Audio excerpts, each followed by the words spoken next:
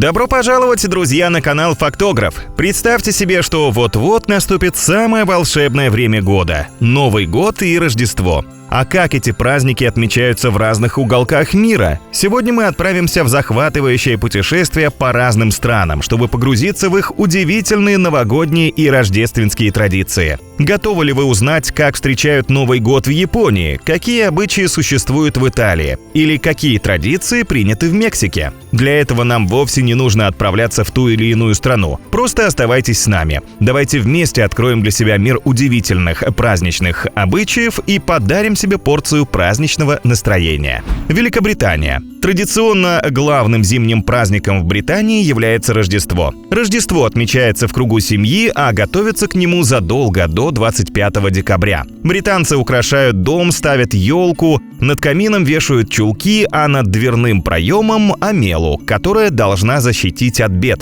Перед рождественским обедом британцы посещают церковную службу, затем возвращаются домой и проводят время в теплом семейном кругу. Дети ждут подарки от отца Рождества – Father Christmas, а перед этим они пишут ему письмо со своими желаниями. Главным блюдом на столе является индейка. Особое внимание уделяется рождественской выпечке – Christ's Bread, Christmas Pudding, Christmas Pie. Новый год жители Англии отмечают не только в кругу семьи, но и устраивают новогодние гуляния, проводят карнавальные шествия, разыгрывают интересные представления для детей. Италия. Рождественские праздники в Италии начинаются 24 декабря и завершаются 6 января. В этот период магазины и рестораны всячески украшают, обновляют витрины, между домами протягивают светящиеся гирлянды и, конечно, ставят новогодние елки. На Рождество обычно на стол подают 13 блюд, среди которых должно быть мясо в различных его вариациях и панеттоне – сладкий рождественский кекс с изюмом и орешками.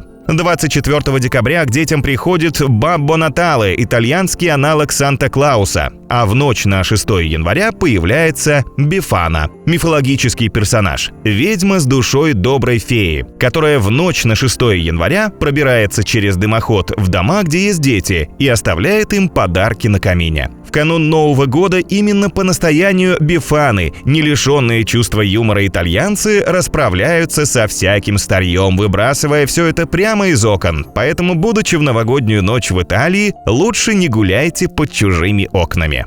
Франция. Новогодние праздники во Франции начинаются 6 декабря, с Дня Святого Николая. Начинают работать разнообразные ярмарки, где люди могут приобрести подарки, вкусности и украшения для дома и елки. Французы любят украшать все новогодним декором. 25 декабря – праздник Рождества. Его принято встречать в тесном семейном кругу. На стол ставят мясо, паштет из гусиной печени, устрицы, запеченную индейку, вино и торт в форме полена. Начиная с 12 века во Франции был обычай сжигать полено, а угли хранить весь год на удачу. Теперь традиция немного трансформировалась, и так полено превратилось в десерт. Французские дети верят, что если весь год вести себя хорошо, то они обязательно получат подарок от зимнего волшебника Пэр Ноэля. А вот за непослушание к нам придет Пэр Фуэтар и принесет розги.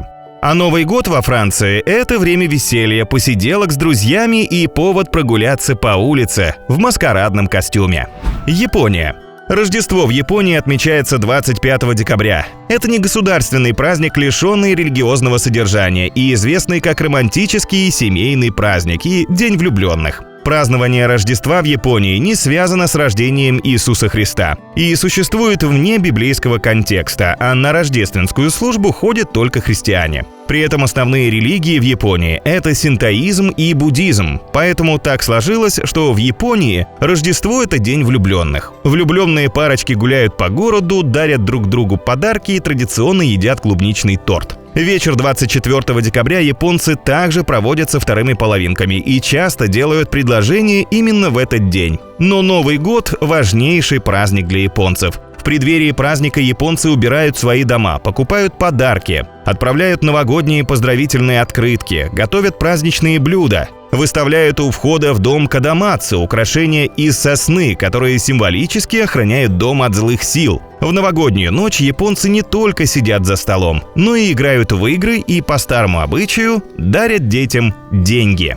Мексика. Многие новогодние традиции в Мексике похожи на испанские. Это осталось и закрепилось после колониального прошлого. Как, например, разбивание пиньяты – глиняного, полного фруктов, орехов и сластей горшка. Его оклеивают цветной бумагой, придавая форму семиконечной звезды. Это, как все, что связано в Мексике с Рождеством, имеет отношение к религии. Каждый луч этого чуда-горшка символизирует по одному смертному греху. Разбить пиньяту значит избавиться от них, вкусив сладостной жизни. Главным украшением новогоднего стола служит виноград. По местной традиции, в последние минуты уходящего года нужно успеть съесть 12 виноградных ягод, загадав столько же желаний. В это время принято выметать из дома неудачи, горести и болезни. Существует и обряд для любителей путешествовать. Желающим отправиться в путешествие необходимо заранее собрать чемодан и в новогоднюю ночь покружиться с ним в руках. В качестве новогодних подарков в Мексике принято дарить нижнее белье красного и желтого цвета, носить которое рекомендуется на протяжении года. Красный цвет символизирует удачу в личной жизни, желтый – финансовое благополучие. Празднование Нового года в Мексике дарит неимоверный заряд позитива, потому что мексиканцы отмечают этот праздник от всей души и радуются каждому следующему дню. Вьетнам. Новый год, праздник весны, Тет – все эти названия самого веселого вьетнамского праздника. Ветви расцветающего персика – символ Нового года, должны быть в каждом доме. Дети с нетерпением ждут полночи, когда можно начать пальбу маленькими самодельными хлопушками. Во Вьетнаме Новый год отмечается по лунному календарю между 21 января и 19 февраля, когда здесь наступает ранняя весна. За праздничным столом букеты цветов. В новогоднюю ночь принято дарить друг другу веточки персикового дерева с набухшими почками. С наступлением сумерек вьетнамцы разводят костры в парках, садах или на улицах. У костров собирается несколько семей. На углях готовят особые лакомства из риса. В эту ночь забываются все ссоры, прощаются все обиды. Вьетнамцы считают, что в каждом доме живет Бог, и в Новый год этот Бог отправляется на небеса, чтобы там рассказать, как провел уходящий год каждый из членов семьи. Вьетнамцы также полагают, что первый человек, который войдет в их дом в новом году, принесет удачу или неудачу в наступающем году. Аргентина.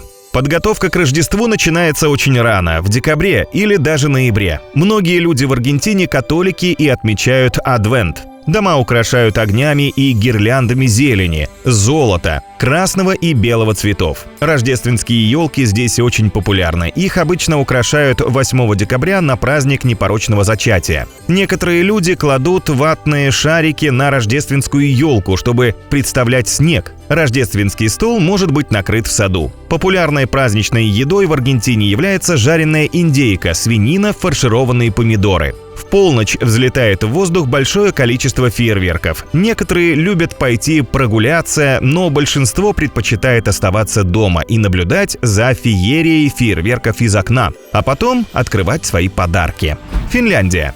В Финляндии отмечают Рождество и Новый год, можно сказать, по одному сценарию, который включает застолье, гадание, обмен подарками и запуск фейерверков. Чтобы сохранить природу, финны не срубают елку, а наряжают стоящую в лесу, причем в качестве украшения служат шарики из свиного сала. Ими лакомятся синички. Ходить в сауну на Рождество, пожалуй, самая любимая самими финнами традиция. Баня издавна использовалась для мытья перед Рождеством, и туда приносили еду и напитки для эльфов или гномов. А после праздничного мытья оставляли маленьким сущностям и веник. 25 декабря принято проводить дома в благочестивых размышлениях и добрых делах. Читать книги, а также ходить в церковь. А вот 26 декабря начинаются веселые гуляния, танцы и застолья. В этот день на улицы выходят коледующие в костюмах козлов, рождественских журавлей и нечисти. За собой же они ведут 3 мужчин, мудрецов-волхвов,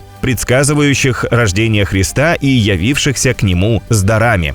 Этот день официально считается выходным. Австралия. В Австралии Рождество приходится на самый разгар жаркого лета, так что празднования здесь начинаются ближе к вечеру, когда становится прохладнее. Елку обычно ставят 1 декабря, убирают чаще всего 1 января, сразу после наступления Нового года. Чаще всего Новый год и Рождество встречают на пляже или на природе. Если бы у нас была такая погода, мы бы делали так же. Помимо Санты, к детям приходит австралийский добрый молодец Свэгмен. Он носит коричневую шапку, синюю куртку и шорты. Он живет на горе Улуру со своей верной собакой Динго. Когда наступает Рождество, он садится в свою телегу, окруженную облаком пыли, и мчится раздавать подарки. А австралийский Санта выбрал своим транспортом не оленей, не карету и не метлу. Он объезжает континент на доске для серфинга или скутере. Кроме того, в Австралии сложновато найти елку. Мороз и снег. Разве в морозильнике? Поэтому австралийцы наряжают маленькое деревце Метросидерос, которое заранее специально к Новому году выращивают в горшке. Деревце усыпано большими красными цветами, и под него традиционно кладут носки с новогодними подарками. Перу. Большинство перуанцев являются католиками, соответственно, и Рождество они отмечают вместе со всем католическим миром. Но как бы это странно ни звучало, но драки, чемоданы и виноград – это важные традиции жителей Перу. В ожидании полуночи жители городов и сел зачастую устраивают потасовки, и с их помощью перуанцы избавляются от плохих энергий, негативных эмоций и дурных мыслей. Некоторые источники говорят, что в Перу в новогоднюю ночь каждый житель должен съесть 13 виноградин. И если суеверные сейчас сказали «Ого, чертова дюжина», узнав про количество винограда, то перуанцы, наоборот, считают это число счастливым. Также перуанцы верят, что если накануне праздника обойтись чемоданом вокруг своего дома, то в следующем году удастся поехать в желаемое путешествие. А еще на Новый год девушка, желающая выйти замуж, гуляет по улице с ивовым прутиком в руках. Если она встретит молодого человека, который ей понравится, тогда предложит ему взяться за прутик с другого конца. Это будет означать, что юноша уже стал ее женихом. Кроме того, символом удачи и финансового достатка перуанцы считают желтый цвет. Поэтому люди стараются встречать праздник в желтом нижнем белье или плавках. На этом у нас все, друзья. Делитесь с нами в комментариях, традиции какой страны вам пришлись по душе больше всего. О каких обычаях вы знали, а о каких услышали впервые. Нам будет интересно узнать ваше мнение.